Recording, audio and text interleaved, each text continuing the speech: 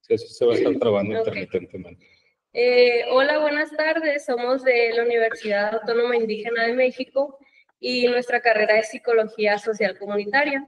El día de hoy nuestro comité de nuestro grupo organizó estas conferencias para que las podamos ver. Bienvenidos al foro de discusión sobre salud mental comunitaria. Es un placer tenerlos aquí. Agradecemos su presencia y su interés sobre este tema.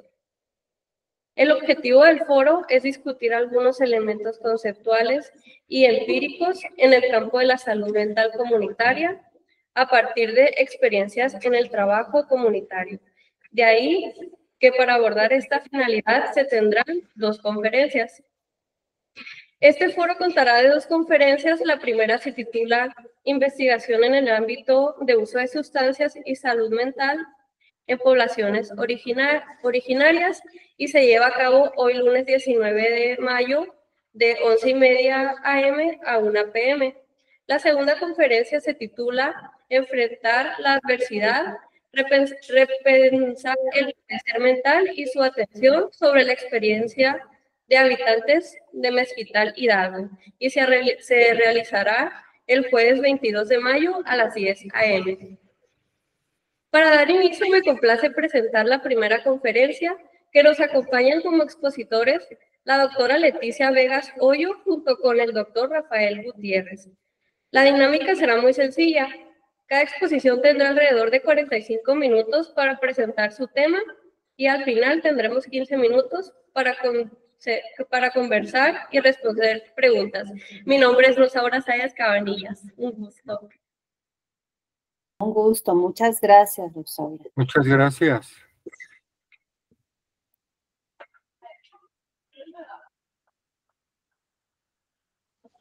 ¿Ustedes nos indican cuando comenzamos? Adelante. Ok.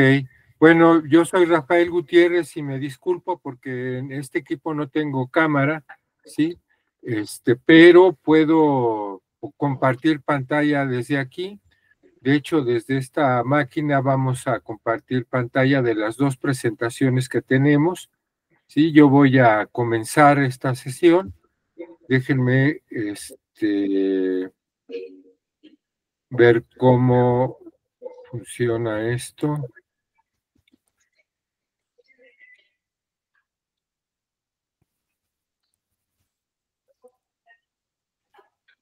En un momentito.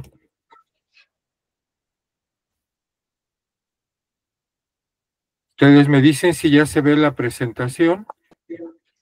Sí, ya se ve. Perfecto. Ahora voy a buscar que sea toda la pantalla completa. Y no sé si ya se ve toda completa.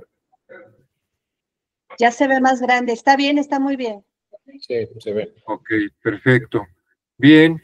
Bueno, pues esta es la presentación de consumo de drogas y salud mental en poblaciones indígenas de la Ciudad de México. Es del Departamento de Estudios Psicosociales en Poblaciones Específicas de la Dirección de Investigaciones Epidemiológicas y Psicosociales del Instituto Nacional de Psiquiatría Ramón de la Fuente Muñiz.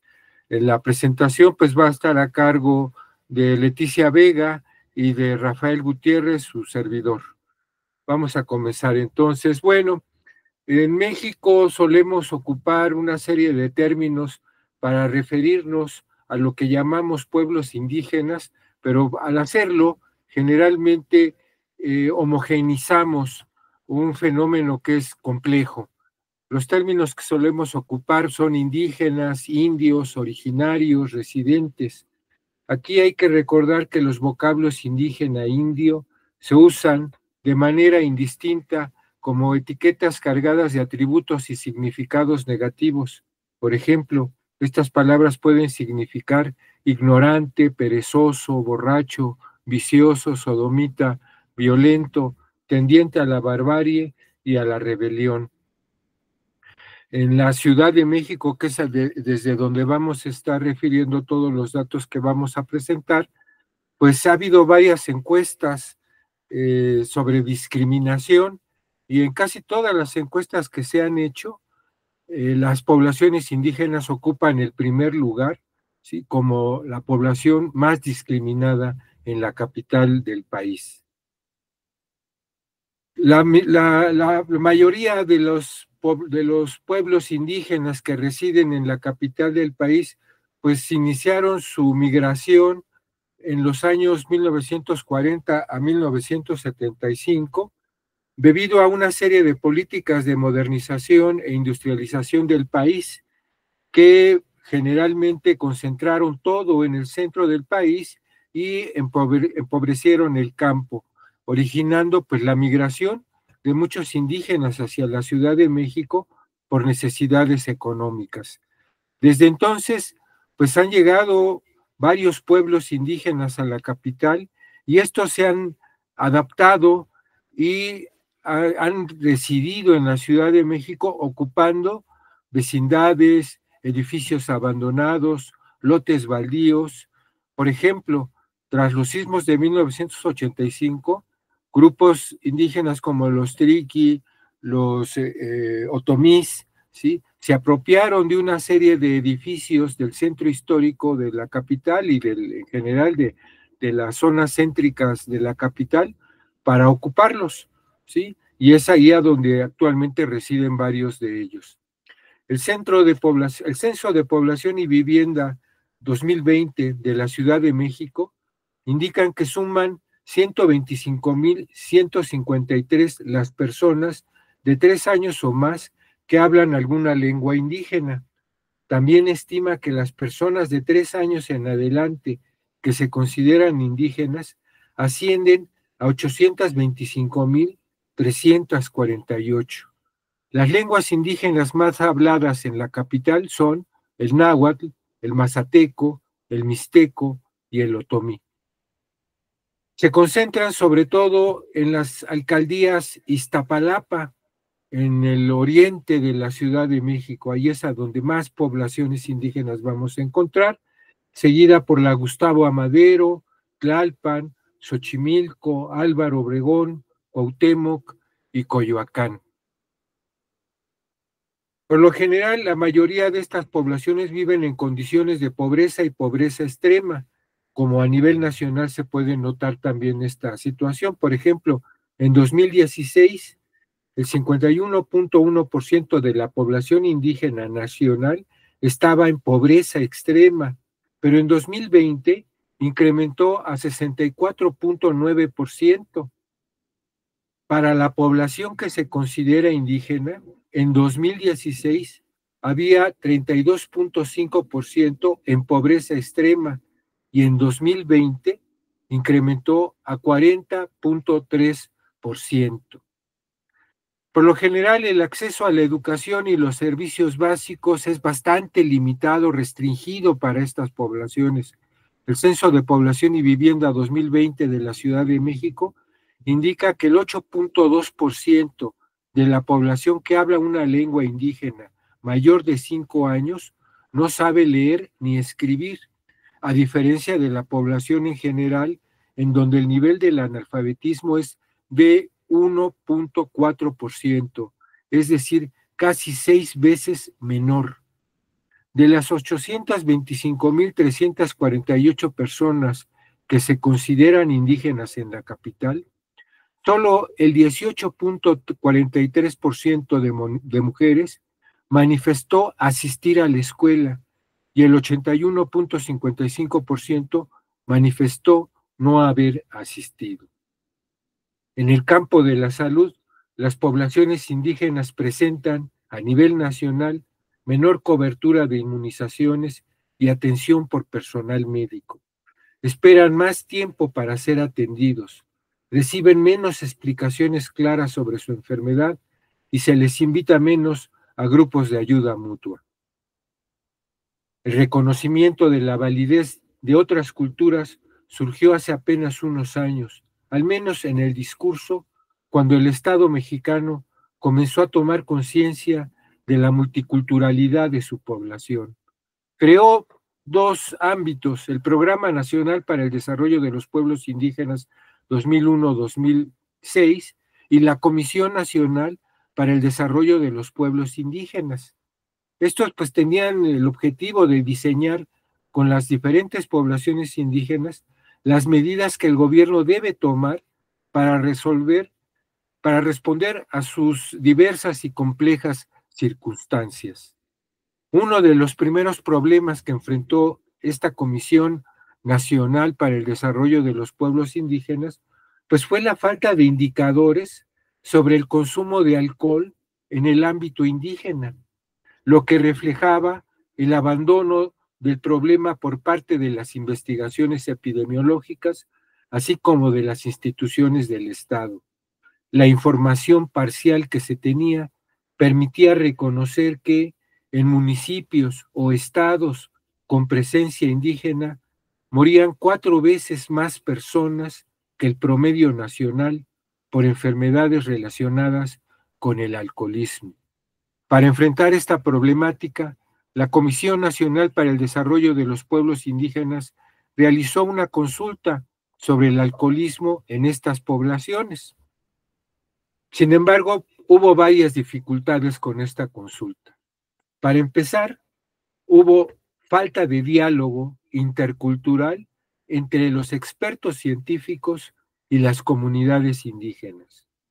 La imposición de una política pública basada en los saberes de los científicos expertos como una monocultura del conocimiento válido.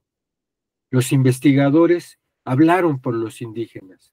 La mayor parte de las veces se expresaron desde una supremacía típicamente académica, las ponencias, de forma tal que convirtieron en sujetos oyentes o ausentes a las poblaciones indígenas no acostumbradas a participar de esa forma. Las acciones de programas de prevención y atención, así como la política pública, fueron propuestas de manera unidireccional por el Estado, invisibilizando a las distintas culturas indígenas por medio de su homogenización. La atención de la salud de los pueblos indígenas con un enfoque intercultural es una deuda pendiente de los servicios de salud en México. Se requiere una atención respetuosa y eficaz que considere la diversidad cultural, que comprenda las creencias y prácticas culturales indígenas, que respete los derechos de estas personas, que fomente actitudes de respeto, tolerancia y diálogo entre el personal médico, que potencie lo común entre los sistemas médicos tradicionales y biomédicos y que facilite la participación social y la interrelación entre las culturas de los pacientes indígenas, los médicos, investigadores y la institución de salud en general. Durante siglos, los poderes institucionales, económicos y políticos han privado a las poblaciones indígenas de su derecho a la libre determinación y autonomía, participación política en pie de igualdad frente al Estado, tierra y territorio, identidad cultural, reconocimiento de sus instituciones sociales y normativas, trabajo, servicios de educación y de salud.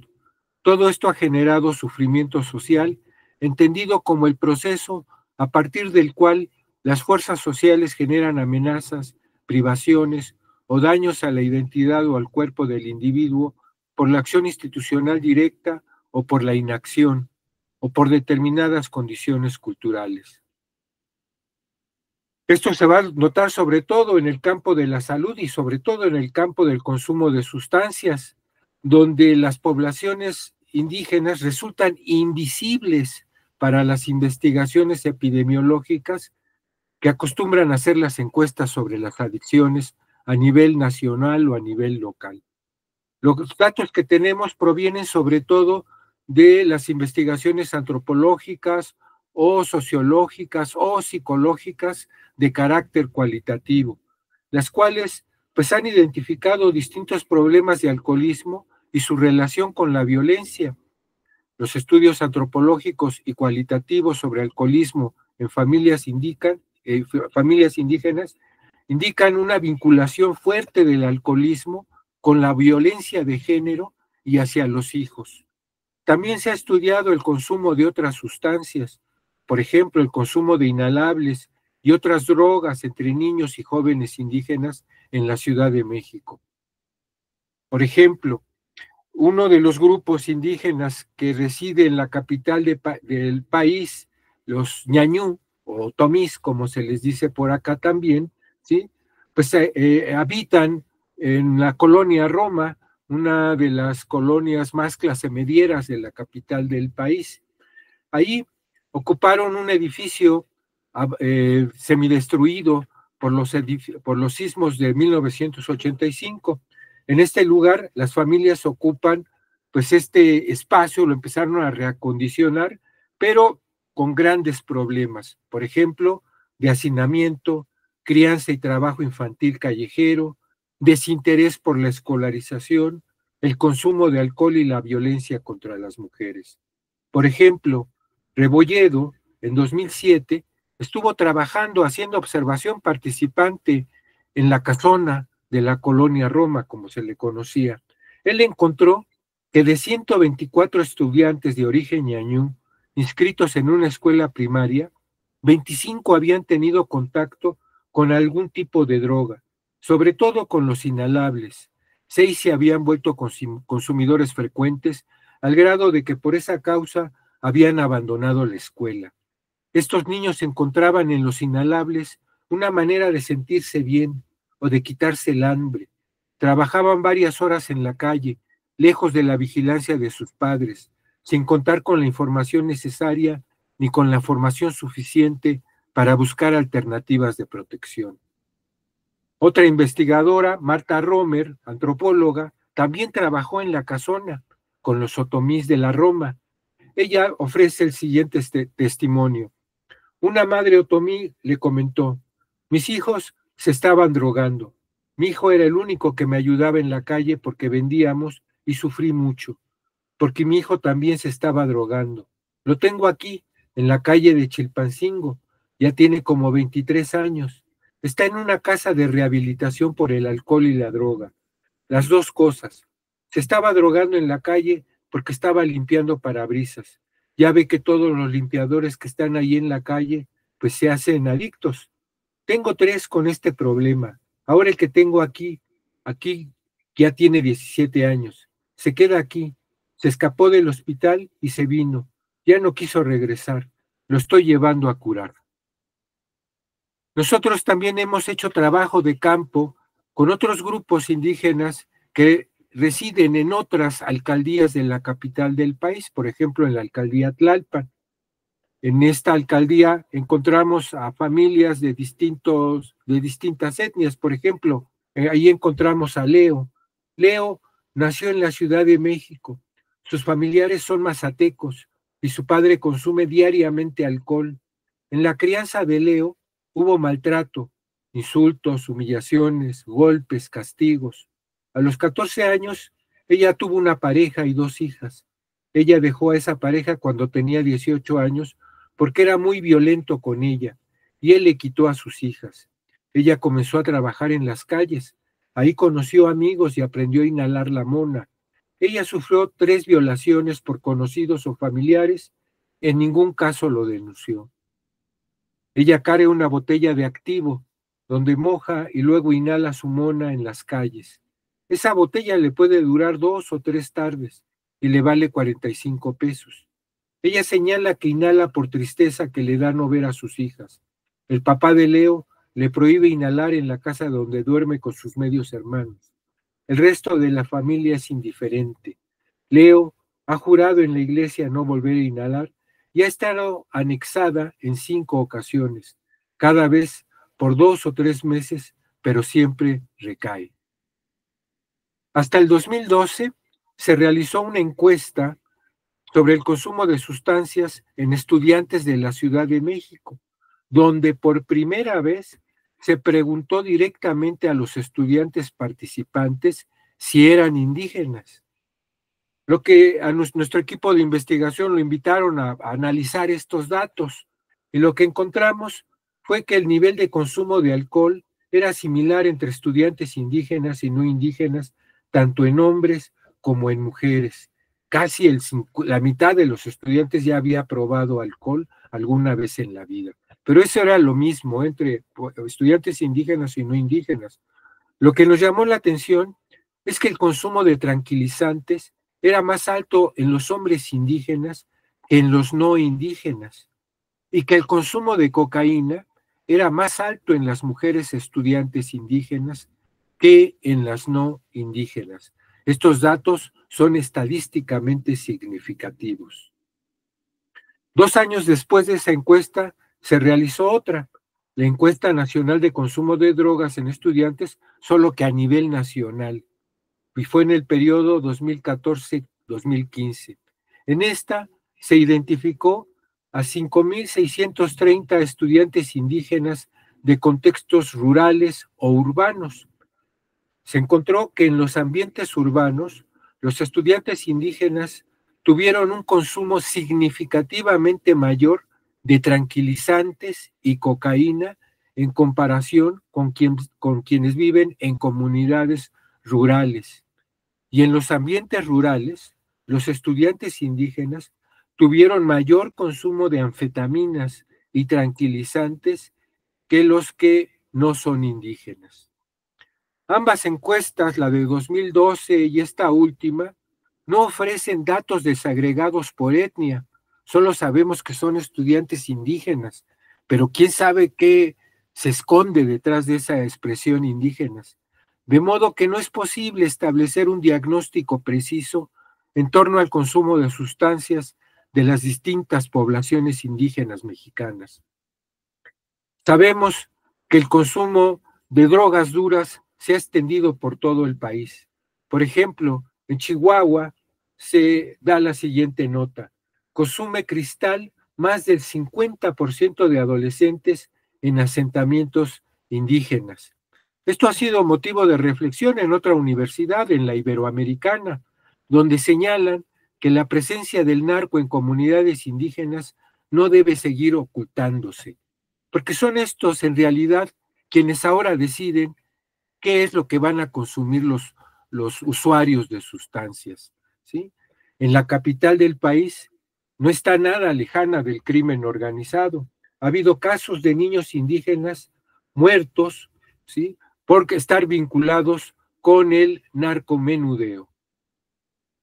Nosotros también hemos hecho entrevistas y nos hemos encontrado con el consumo de cristal en pueblos ñañú que residen en la capital del país y que residen también en su pueblo de origen.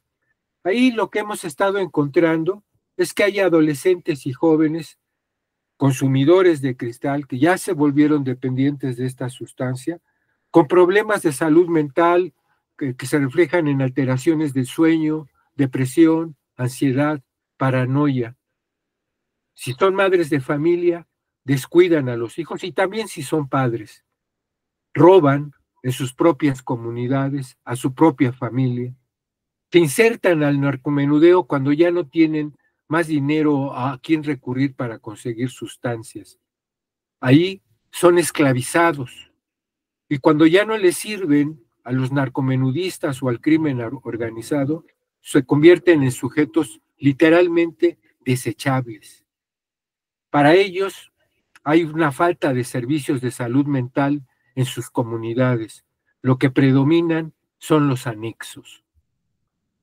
Todas estas poblaciones deberían de ser atendidas por el modelo para la atención intercultural a la salud de los pueblos indígenas y afromexicanos que propuso la Dirección General de Planeación y Desarrollo en Salud y la Dirección de Medicina Tradicional y Desarrollo Intercultural de la Secretaría de Salud en México, porque este modelo busca propiciar el acceso a servicios oportunos y eficientes de salud con calidad técnica, humana e intercultural, ofrecer trato con dignidad en condiciones de respeto, escucha y horizontalidad, tomando en cuenta las necesidades, expectativas y cosmovisiones de las distintas poblaciones indígenas. También busca identificar y visibilizar la presencia de poblaciones indígenas en los diferentes ámbitos de la salud, como las adicciones.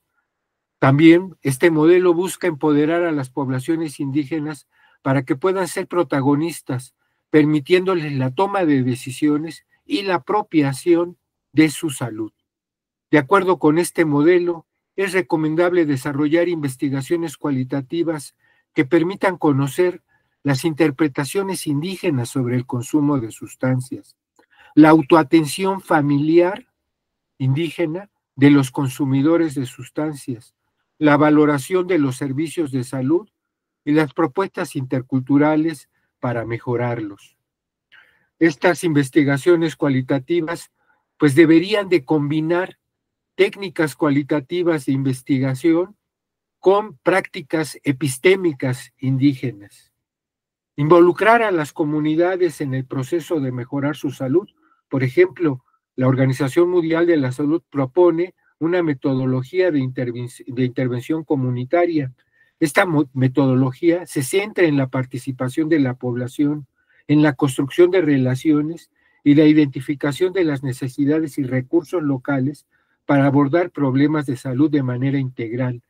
Pero esta metodología se debería de implementar con un enfoque intercultural y cualitativo, conjuntando, como vuelvo a repetir, prácticas epistémicas indígenas, como por ejemplo las conversaciones durante la elaboración colectiva de artesanías, con técnicas cualitativas de investigación, por ejemplo, la entrevista en profundidad, para obtener experiencias, en este caso ñañús, mazaguas, otomís, lo que ustedes gusten en las poblaciones involucradas en el consumo de sustancias, para comprender su atención y comprender el significado que les otorgan. Con este enfoque se favorecería la integración y convivencia de las perspectivas de investigadores y de las mujeres indígenas participantes de una forma respetuosa, horizontal y sinérgica. Los análisis cualitativos no deberían de estar a cargo únicamente de los expertos. Por ejemplo, mucha gente que hace análisis cualitativo acostumbra a hacer codificaciones abiertas, axiales y selectivas, utilizar software para eso. Pero estos datos deberían de ser compartidos con las poblaciones indígenas en espacios dialógicos de reflexión con los participantes, en un proceso interpretativo junto con colaboradoras indígenas, explorando patrones de significado, temas recurrentes que articulen una narrativa émica sobre la naturaleza, causas y consecuencias del consumo de sustancias, la autoatención familiar, la valoración y preferencia de los servicios de salud y propuestas para una atención intercultural del consumo de sustancias en poblaciones indígenas. Muchas gracias por su atención. Yo permanezco aquí por si tienen dudas.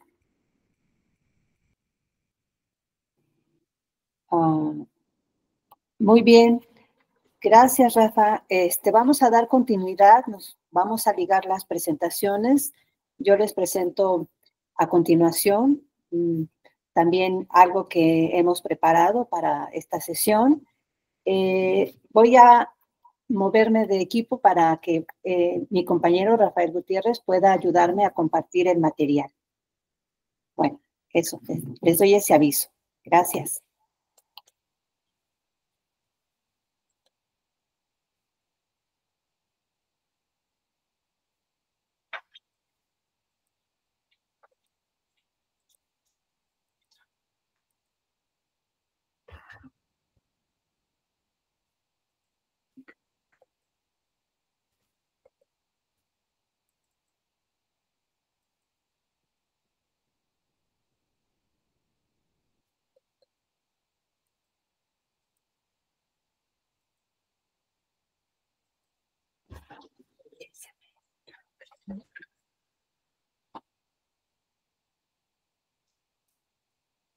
Sí, no sé si ya se está viendo la presentación o si se requiere que se haga más grande. Sí se está viendo, doctora. Ok, ¿quiere que la amplíe un poquito o así ya? Pues a ver si se puede ampliar un poquito más.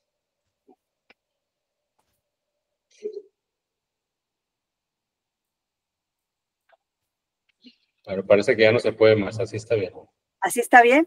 Perfecto. Ok. Bueno, está bien. Bueno, miren, esta pequeña síntesis que ahora yo les presento sobre algo del trabajo que hemos hecho a partir de conectarnos, de vincularnos con otras instituciones en la Ciudad de México para abordar la problemática de consumo de alcohol y otras sustancias en distintos predios de grupos, de etnias que transitan, que migran al centro, a la capital, pues al centro del país.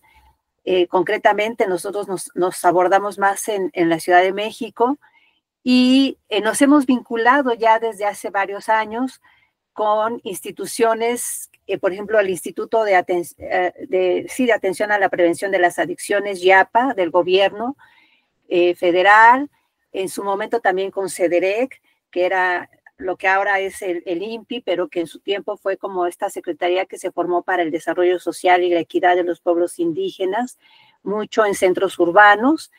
Y bueno, esta presentación se llama así, Mujeres Indígenas, Intérpretes, Traductoras en la Ciudad de México, que son mujeres con las que nosotros trabajamos desde 2015 a la fecha. Hemos seguido trabajando con ellas, con intérpretes traductoras, que a su vez tienen contacto con mujeres, con familias indígenas en distintos predios, en distintos grupos de comunidades originarias que han llegado a la capital a vivir, ¿no? Y que están transitando por un problema para ubicarse, para tener vivienda digna, educación, acceso a los servicios de salud y también para atender otras problemáticas de violencia, ¿verdad?, que están enfrentando desde sus comunidades.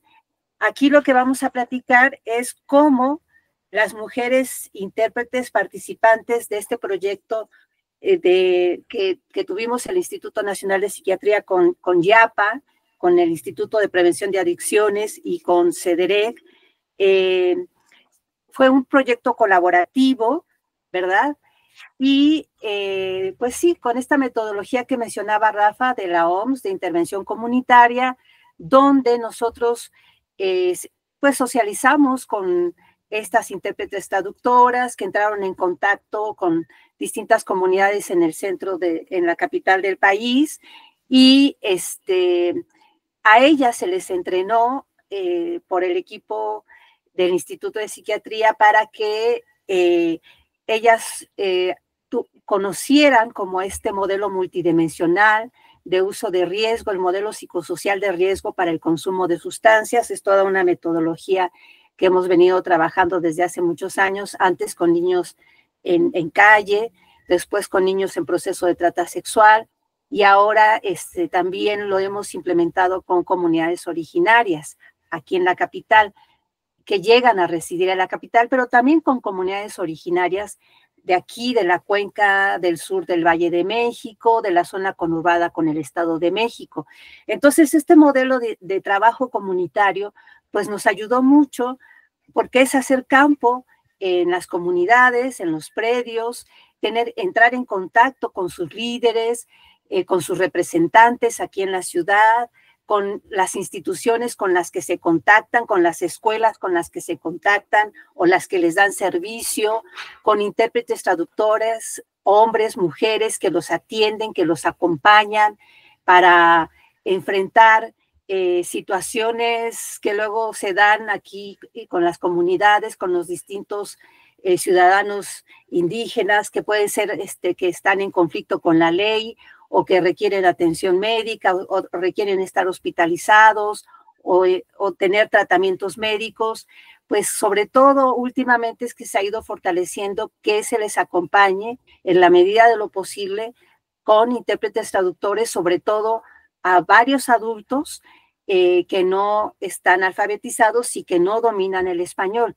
Entonces, nosotros hemos entrado en contacto con todos estos servicios de la red social comunitaria que tienen estas comunidades, estos pueblos, estos predios que llegan a conformar predios, grupos grandes de 60, 50, 70 familias en distintas delegaciones, alcaldías de la Ciudad de México y también en la zona conurbada. Nosotros hemos entrado en contacto con las comunidades y con todos estos servicios que de alguna manera se han ido acercando, algunos de ellos, pero mucho a partir de la organización, de la autoorganización colectiva de los predios de las comunidades indígenas, triquis, ñañú, mazatecos, mixtecos, en fin, todos ellos gradualmente se han ido autoorganizando para hacerse visibles en la urbanidad y obtener los servicios básicos, ¿verdad?, a los que no tienen acceso fácilmente. Entonces ellos también, más que nada ha sido por la iniciativa de ellos, por la organización comunitaria que traen ellos, que se han ido acercando, que se han demandado, que han interpelado a las autoridades oficiales para hacerse de recursos, de atención médica, de que sus hijos puedan ingresar a la escuela pública, porque a ellos les interesa mucho todo esto.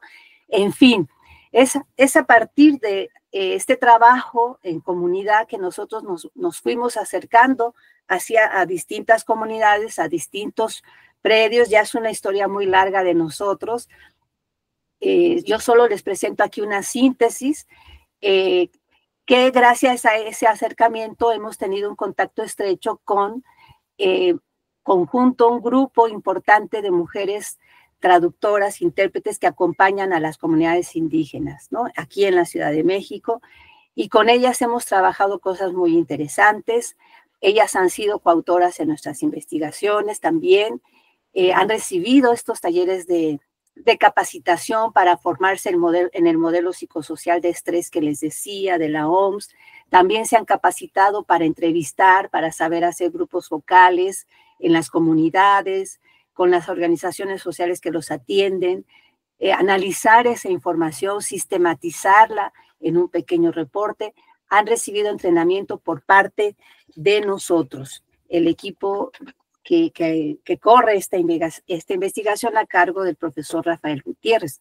Entonces, en ese contexto, yo les platico algunas cosas interesantísimas que se dieron en el origen del contacto con intérpretes traductoras de los pueblos originarios aquí en la capital, ¿verdad? Y esta presentación surge que al entrar ellas en contacto con nosotros para recibir este entrenamiento y participar de la investigación, que llegó a conformar un libro que es el de patrones de consumo de sustancias en pueblos originarios que llegan, que migran a la Ciudad de México. Bueno, ellas también empezaron a socializarse en este tema de las drogas. Normalmente ellas habían recibido capacitación o cursos sobre lo que es violencia de género, discriminación, pero poco ellas habían hablado de los problemas por el consumo de drogas o sobre todo de alcohol, ¿verdad? Aquí mismo en la Ciudad de México como en sus pueblos. Entonces, esto es un poco de esta experiencia que a ellas les sucede cuando entran en contacto con nosotros y este taller empieza a hablar sobre el consumo problemático de alcohol o de otras sustancias y qué sucede, ¿verdad? ¿Qué les sucede a ellas en este tránsito también para capacitarse? ¿Qué dicen ellas, verdad? Y bueno, por eso es la pregunta, ¿cómo las mujeres intérpretes participantes del proyecto fueron concientizando el problema del alcohol en sus vidas? Porque eso fue lo que pasó en el taller. Ellas eran 10 mujeres indígenas migrantes de distintas etnias, como son nahuas, mazahuas, otomís, mixtecas y mazatecas, todas residentes en la Ciudad de México. Hablaban un idioma indígena y el español. Tenían en promedio 39 años de edad y habían tenido un padre con consumo problemático de alcohol, todas ellas. 4 provenían del estado de Puebla, 3 del estado de México, del estado de Oaxaca, y laboraban en un colectivo como intérpretes traductoras para individuos y pueblos indígenas radicados en la ciudad que se hallaban en conflicto con la ley o requerían atención en instituciones de salud. En su trayectoria laboral urbana, habían desempeñado distintos trabajos marginales de sobrevivencia como servicio doméstico, comercio ambulante, meseras, entre otras. En el tránsito para formarse como intérpretes traductoras en la Ciudad de México, habían concientizado otros problemas de la violencia y abusos de las mujeres indígenas en la ciudad y en sus comunidades, pero poco se hablaba del problema del abuso del alcohol en sus pueblos, de sus parientes bebedores y las consecuencias en la vida de las familias. Al trabajar en el taller para conocer el modelo de estrés psicosocial de riesgo y entender el consumo de sustancias, las mujeres participantes reviven su propia experiencia narrando en retrospectiva su vivencia de niñas en relación con el abuso de alcohol.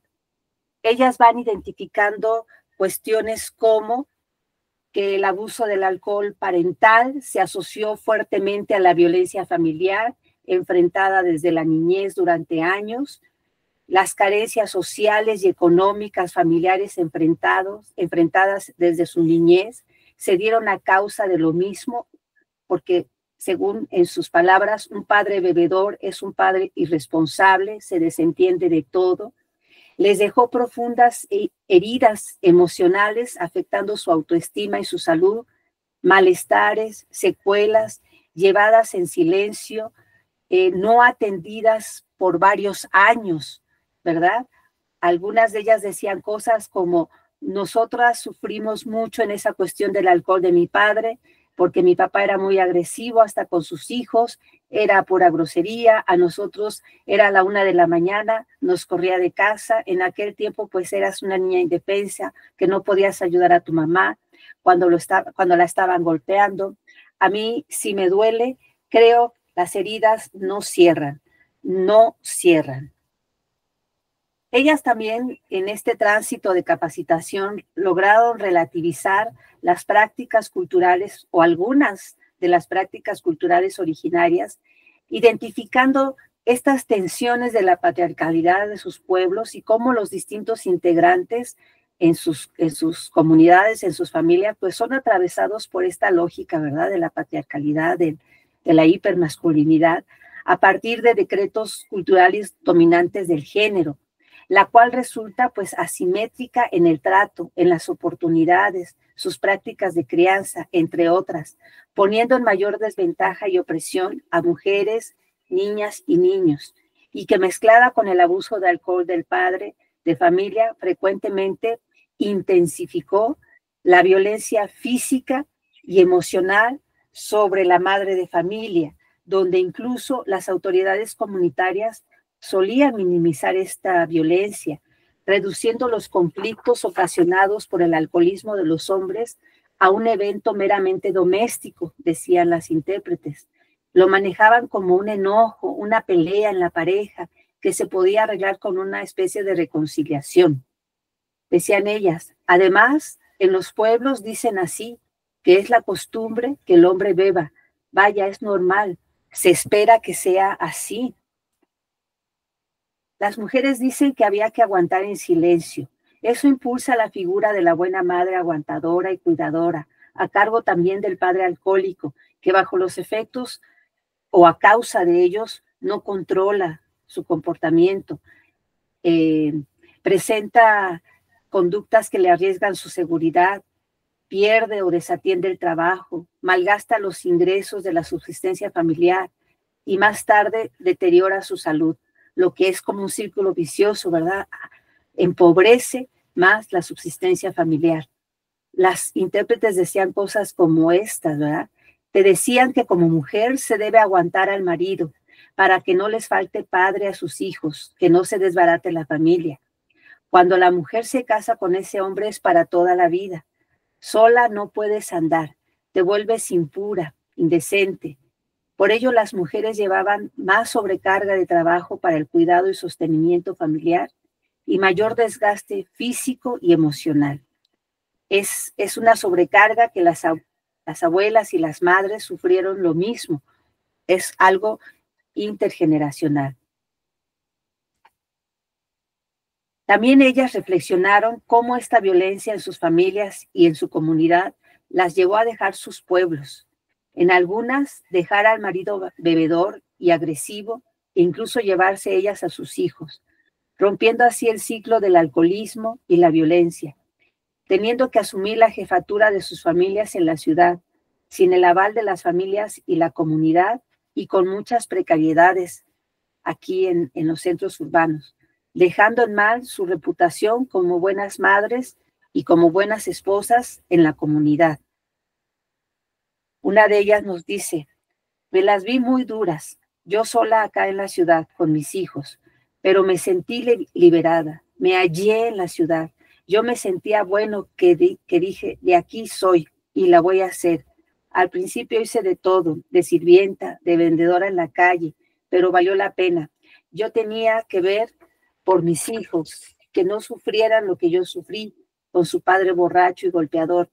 La gente en el pueblo me veía mal, que porque dejaba ahí a mi esposo borracho en los convivios, y pues yo me salía, me iba con mis hijos. Pues, ¿qué querían? ¿Que me llevara cargando al marido todo embrutecido para cuidarlo? No, eso no. Son relatos de estas colaboradoras intérpretes.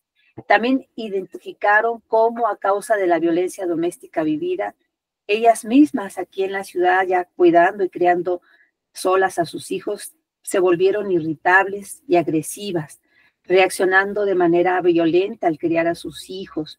Sentían culpa y se mortificaban porque ellas estaban reproduciendo el maltrato vivido, ¿verdad? También fue un dilema para ellas cómo educar a sus hijos, y porque ellas querían embonar, ¿verdad?, en las prácticas urbanas de crianza. De hecho, siempre les interesó que sus hijos se escolarizaran en la escuela del Estado, que aprendieran el español, la cultura de la sociedad mayoritaria, pero también reflexionaban y querían que sus hijos vivieran, conocieran las prácticas originarias de sus comunidades, que tuvieran también esa identidad étnica, ¿verdad? Ese sentido de comunidad o de comunalidad. También ellas se conflictuaron por transmitir, ¿verdad? Dejar en sus hijos estos valores que ellas consideraban que se tenían que preservar de su identidad étnica. Entonces la crianza también se volvió conflictiva para ellas en la Ciudad de México. Las participantes también, lo que hemos visto, nos han platicado, y ellas mismas y otras colegas, intérpretes, traductoras y otras mujeres de las comunidades aquí en la Ciudad de México se han ido organizando entre ellas, capitalizando su agencia individual, conformando colectivos de personas indígenas en la Ciudad de México, muchas veces para rescatar, por ejemplo, y enseñar su idioma indígena y que no se pierda, ¿verdad? Y que las personas que migran a la Ciudad de México sigan hablando su lengua, que no se avergüencen de ella, que la sigan preservando. Entonces ellas, por ejemplo, han formado colectivos para trabajar la lengua indígena aquí en los espacios urbanos, promoviendo también la participación de mujeres indígenas que han sufrido, ¿verdad?, por la violencia de género, que buscan mejorar sus condiciones de vida al participar en estas organizaciones sociales que han tenido enfoques divergentes, ¿verdad? Pues enfoques religiosos, de género, de desarrollo comunitario, son diversos los colectivos que se conforman acá.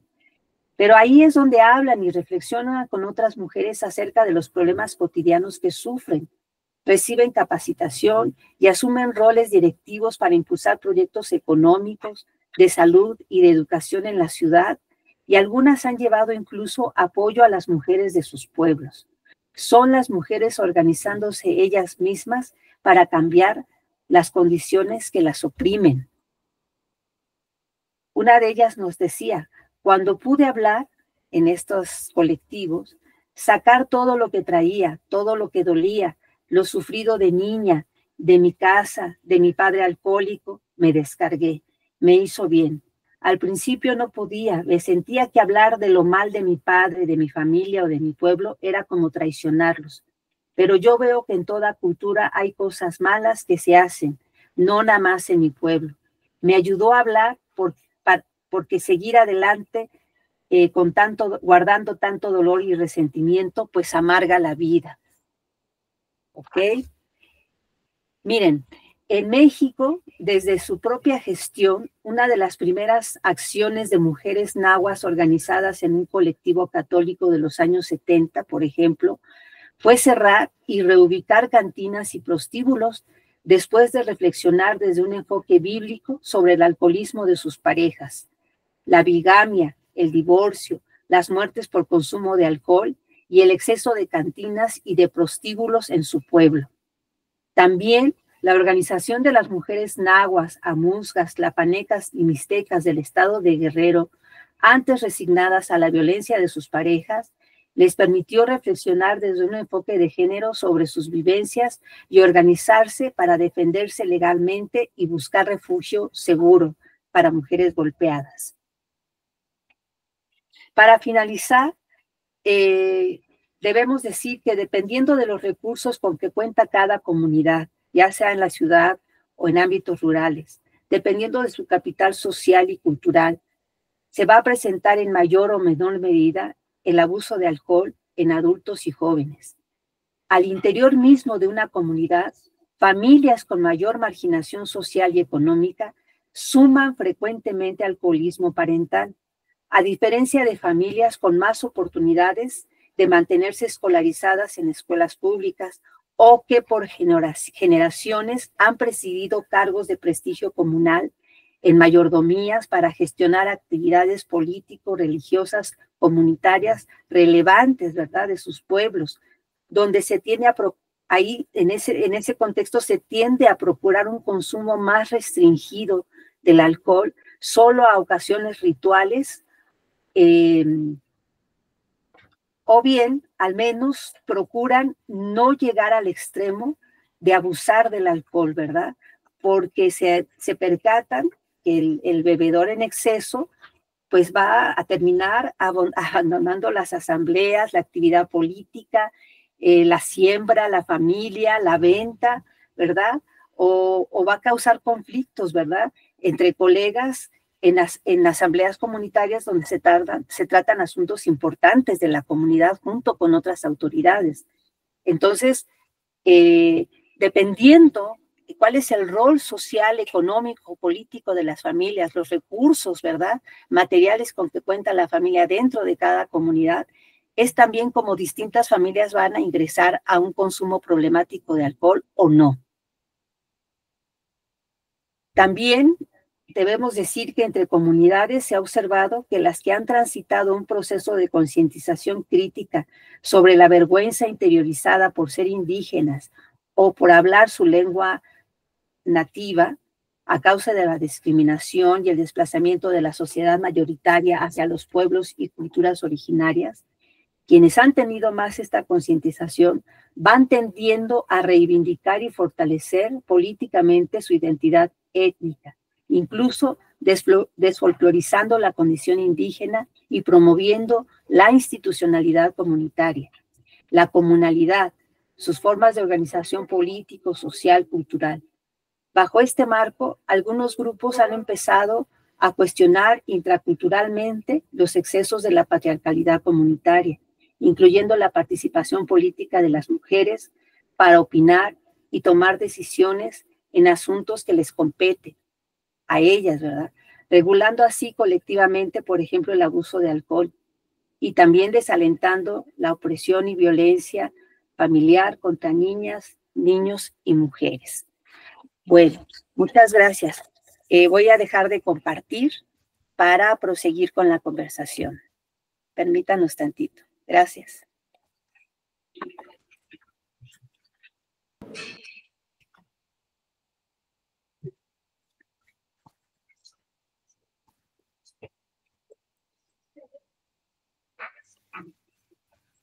Estamos acá con ustedes. Pues muchas gracias. Esta ha sido la presentación que organizamos el doctor Rafael Gutiérrez y una servidora.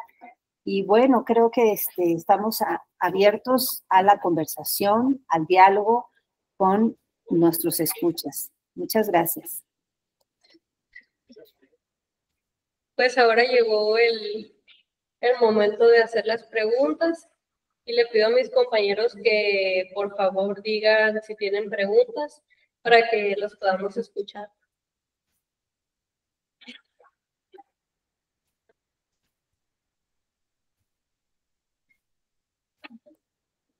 Excelente. Nomás nos dice, doctor, si se alcanza a escuchar. Sí, le avisamos. Gracias.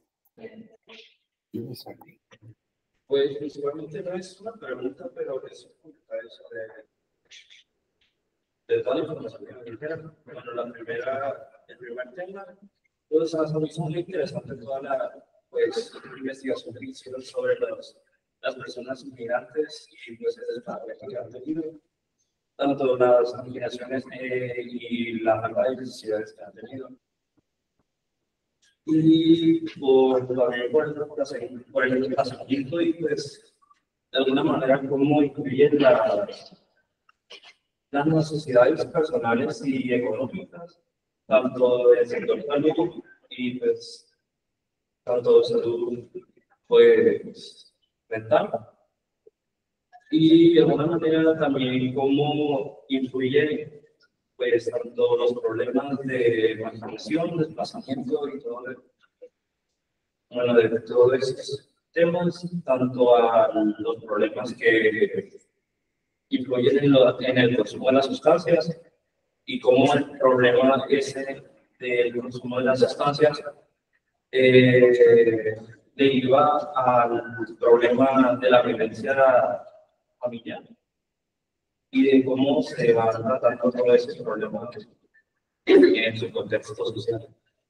Y de alguna manera quisiera saber yo, pues, cuál fue el motivo o cuál fue el punto de partida para su investigación. Sí se oye con mucho eco, no alcanzamos a captar con claridad. No sé si Rosaura, ¿verdad? Nos puede decir, como aclarar un poco si es pregunta o es un comentario el que nos hacía la persona. Que se lo resume. A ver. Que se me hace muy interesante el tema de exposición por la importancia que le dan a todos estos temas, de cómo el desplazamiento de las personas indígenas pues se derivan todos los problemas que ustedes trataron.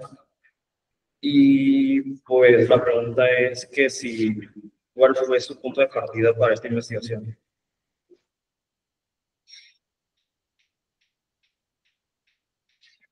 Bueno, como les decía brevemente, nosotros hemos trabajado aquí en la Ciudad de México durante ya muchos años esta cuestión del uso de sustancias, del uso de drogas, entre distintos grupos de poblaciones consideradas, entre comillas, vamos a poner vulnerables, ¿verdad?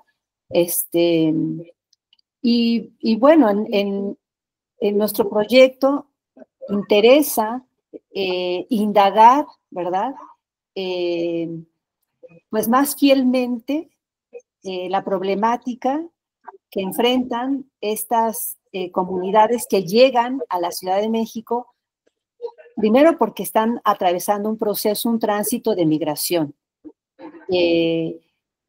pero también porque son comunidades, son grupos sociales que históricamente han sido marginados, desplazados, vulnerabilizados, discriminados, y pues ahí se están violentando sus derechos fundamentales, ¿verdad? Los derechos básicos de cualquier ciudadano, como también sus derechos culturales, sus derechos lingüísticos, de todo tipo.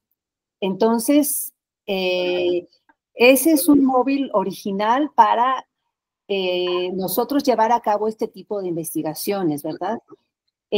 Documentar desde la perspectiva de estas propias comunidades, recoger su narrativa, sus experiencias, que siempre son desoídas, que siempre son invisibilizadas, ¿verdad? Que no son tomadas en cuenta. Entonces, yo creo que desde el sector salud oficial o educativo, en términos oficiales, pero también a nivel personal como investigadores, tenemos el deber, ¿verdad?, de trabajar de abordar, de trabajar con estas comunidades, con estos grupos de una manera más ética, ¿no? De una forma más horizontal, que se den a conocer sus problemas, que se oigan sus problemas desde la voz de ellos, desde la perspectiva de ellos, ¿verdad? Ese es hay un objetivo ético sobre todo, ¿no? Y por eso también, pues sí es importante la epidemiología, las encuestas, pero también es importante un trabajo cercano, de campo, colaborativo, en contacto y interacción profunda con las comunidades, ¿no? Y porque ese es un motivo, y el otro motivo es porque todo el problema de alcohol, de drogadicción, les ha afectado muchísimo, afecta a cualquier comunidad, ¿verdad? Cuando ya es un consumo dependiente, problemático, daña la salud física, mental, deteriora las relaciones con la familia, con el entorno, y luego no hay servicios pertinentes de salud siempre, pero es una problemática que empobrece, que agrava la situación vulnerable, precaria que ya enfrentan estas comunidades. Entonces es importante documentar qué está pasando con la disposición, que aparezcan cada vez más sustancias con diferentes efectos muy dañinos y cómo le afecta a las personas, ¿verdad? Incluso a los jóvenes, a los niños que ya están iniciando a consumir. Hay todos estos motivos. No sé si el profesor Rafael Gutiérrez también va a dar una respuesta. Sí, yo creo que, bueno, yo escuché al principio la presentación que nos hacía ustedes al iniciar este evento. Me parece haber escuchado que son estudiantes de psicología, ¿verdad? Sí. Bueno, yo doy clases también de psicología en CU, en la Facultad de Psicología y en Ciudad Universitaria, en la UNAM. Y yo creo que desde los estudios, desde la manera como están planteados los planes de estudio, los programas de estudio, hay una invisibilidad de las poblaciones indígenas. La mayoría de los currículum, la currícula de la Facultad de Psicología, pues está ausente la población indígena mexicana. ¿Sí? No, desde ahí ya son invisibles. Antes de atender problemas como estos que estamos mencionando sobre el consumo de drogas, esta invisibilidad se extiende hacia otros fenómenos, como por ejemplo la inteligencia. Yo recuerdo que cuando estábamos en psicología como estudiantes, nuestra tesis de licenciatura fue precisamente estudiar la inteligencia indígena nahua en la Sierra Norte de Puebla y en la Mixteca Baja oaxaqueña, ¿sí?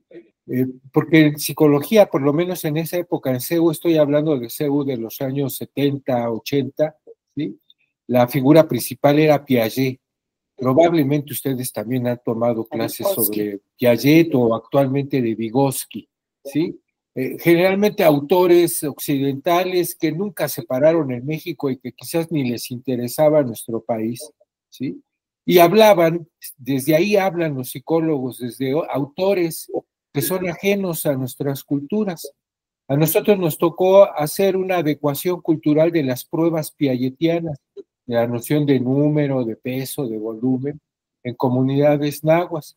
Y ahí fue nuestro primer contacto. Nosotros éramos estudiantes y nos invitaron a participar en ese proyecto y que empezamos a hacer estas adecuaciones, pero ahí nos dimos cuenta que, por ejemplo, para los nahuas no existe la palabra inteligencia, como sí existe en el mundo occidental, sobre todo cuando la consideramos como una capacidad fría, calculadora, lógica, sobre todo, y individual, ¿no? Porque hay hasta test para ver tu inteligencia individual. Se valora mucho la inteligencia individual. Ese es el enfoque occidental y así nos forman a todos. Pero cuando uno se acerca a las comunidades indígenas, pues empezamos a ver que para ellos no existe esta palabra inteligente. Lo que más se podría acercar era Tlanenehuilistli, que significa sabio, pero que rebasa por mucho la palabra inteligencia, ¿no? Porque sabio es algo todavía más grande que inteligente. Y para los nahuas, Le decía, bueno, nosotros le llamamos listo a los niños. ¿Quién es un niño listo?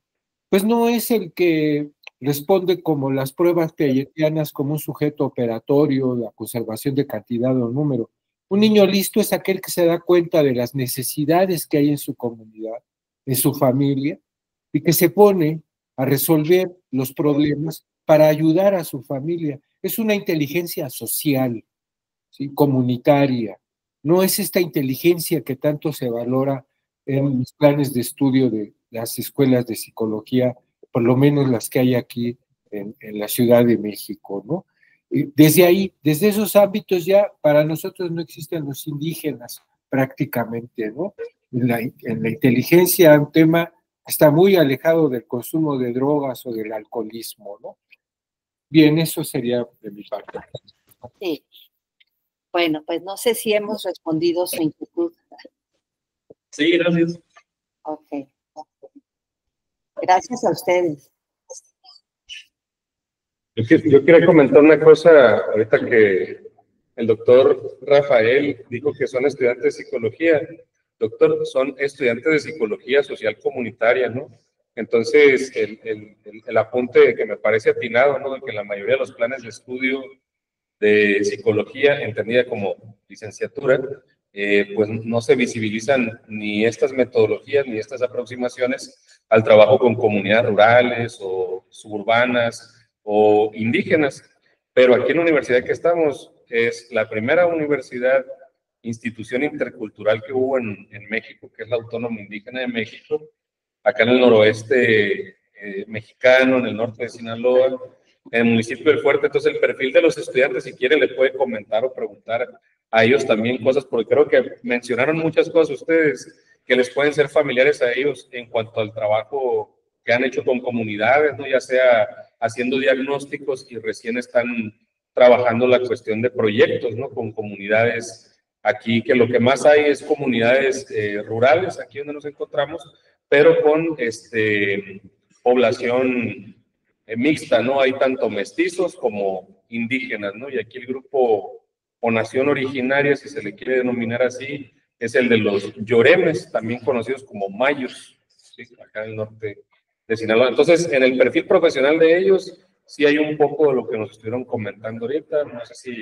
si ellos o ustedes quisieran hablar al respecto, pero creo que hay una cierta sincronía, ¿no? Entre lo que ustedes han expuesto con un poco la forma de trabajo que ellos tienen en comunidad.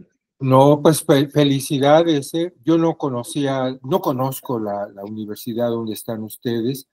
Me agrada mucho la idea, ¿no? De que sea la primera y que sobre todo tenga un plan de estudios de psicología, pues donde se ve poblaciones nacionales, se atienden problemáticas, se va al campo, la cercanía con lo rural, ¿no?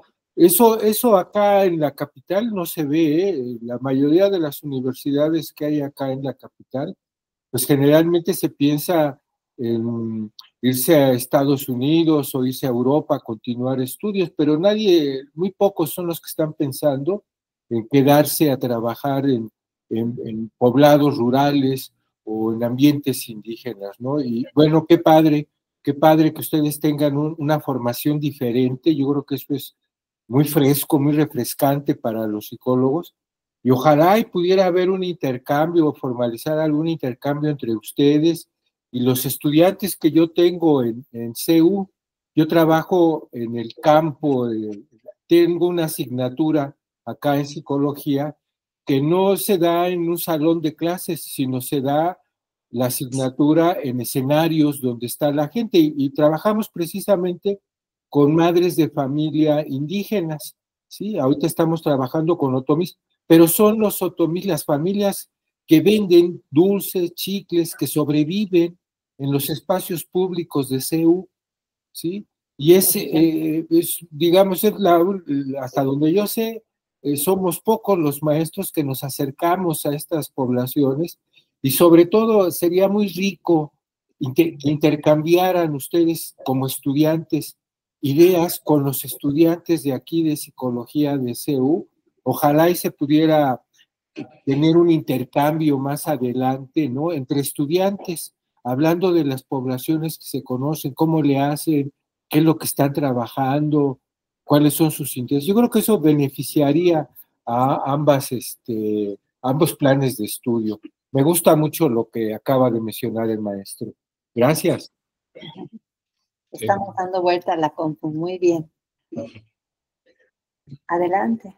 ¿Algo más, chicos?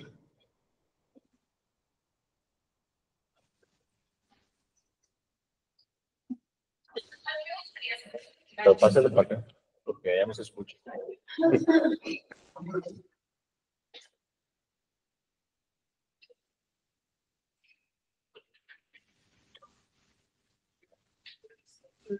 Buenas tardes, mi nombre es Ireli Cota y Buenas tardes.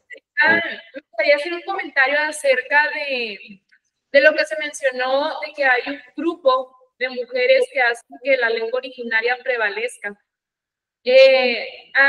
Bueno, dentro de la materia de diagnóstico comunitario estamos conformados por equipos y en particular a nuestro equipo en la comunidad en la cual estamos realizando esta investigación nos topamos con que existe un menor número de personas hablantes de lengua indígena, que es la mayo-yoreme, y que hay una problemática.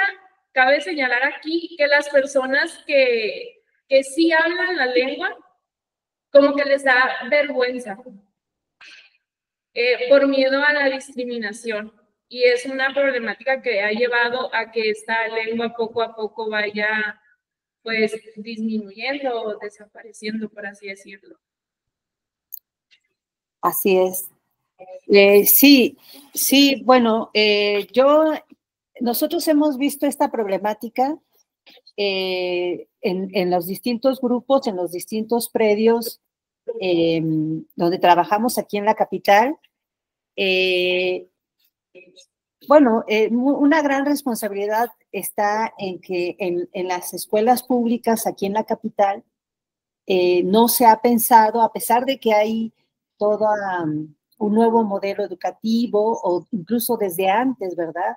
Con anteriores gobiernos se ha querido impulsar esta cuestión de atención a la diversidad, de escuelas más inclusivas, más incluyentes, de que pongan en práctica estrategias de trabajo, de trato más intercultural, pero siempre los centros urbanos, por ejemplo, la escuela pública general, o sea, no estoy hablando del subsistema de educación indígena, sino de la escolaridad básica, el sistema básico general, las escuelas urbanas, pues no están preparadas, ¿verdad?, para recibir niños que vienen de distintos pueblos originarios del país y que también, aparte del español, se siga profundizando, se trabaje la alfabetización de sus lenguas originarias, ¿verdad? Eso es lamentable. Incluso dentro del sistema de educación indígena, aunque se tienen en la currícula planteado que haya una enseñanza intercultural bilingüe,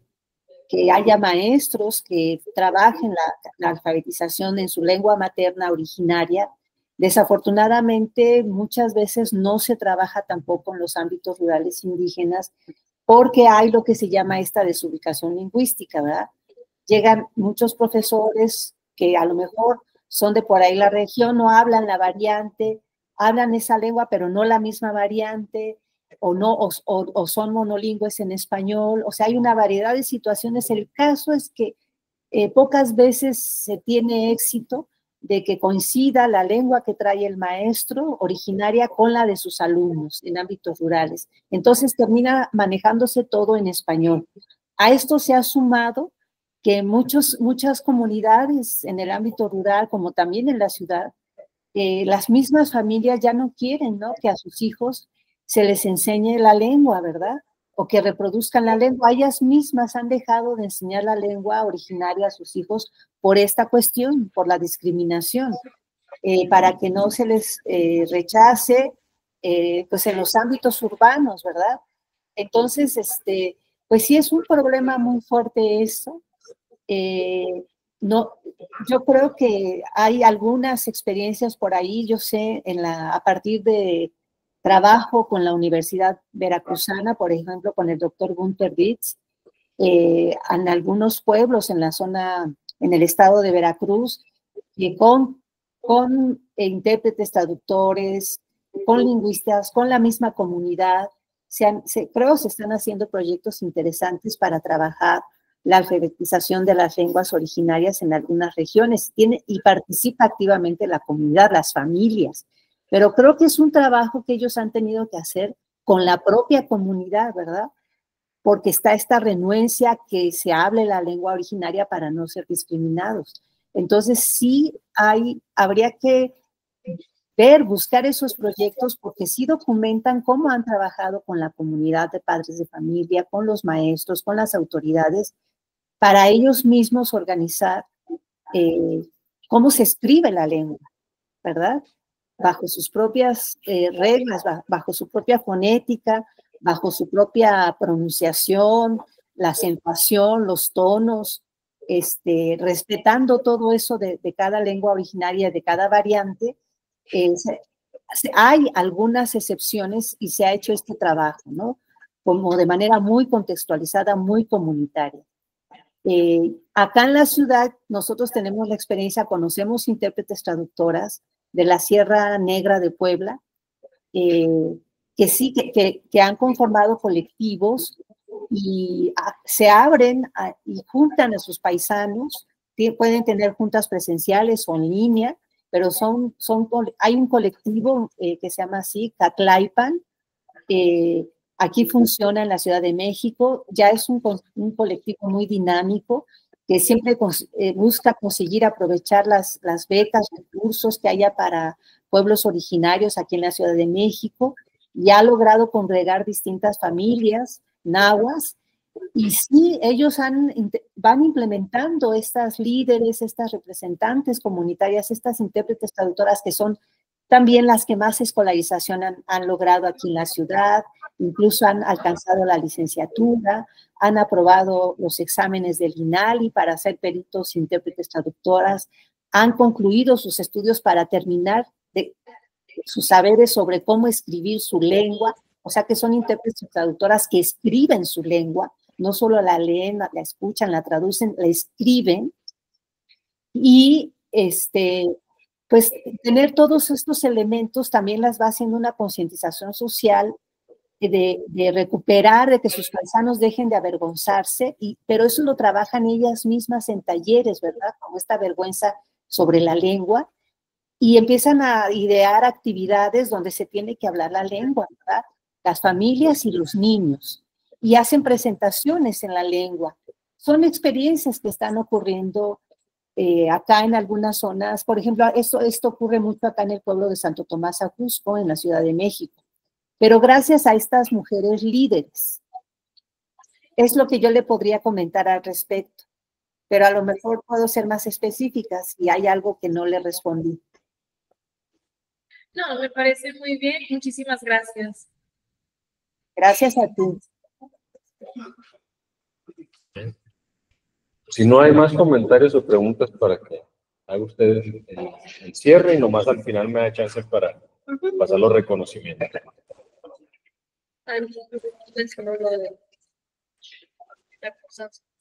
Yo lo voy a hacer. Ok. Bueno, con esto damos por concluida la conferencia. Agradecemos su presencia y su participación. Gracias a ustedes por la invitación, nos ha dado mucho gusto y estamos abiertos al intercambio y a seguir la comunicación. Con mucho gusto.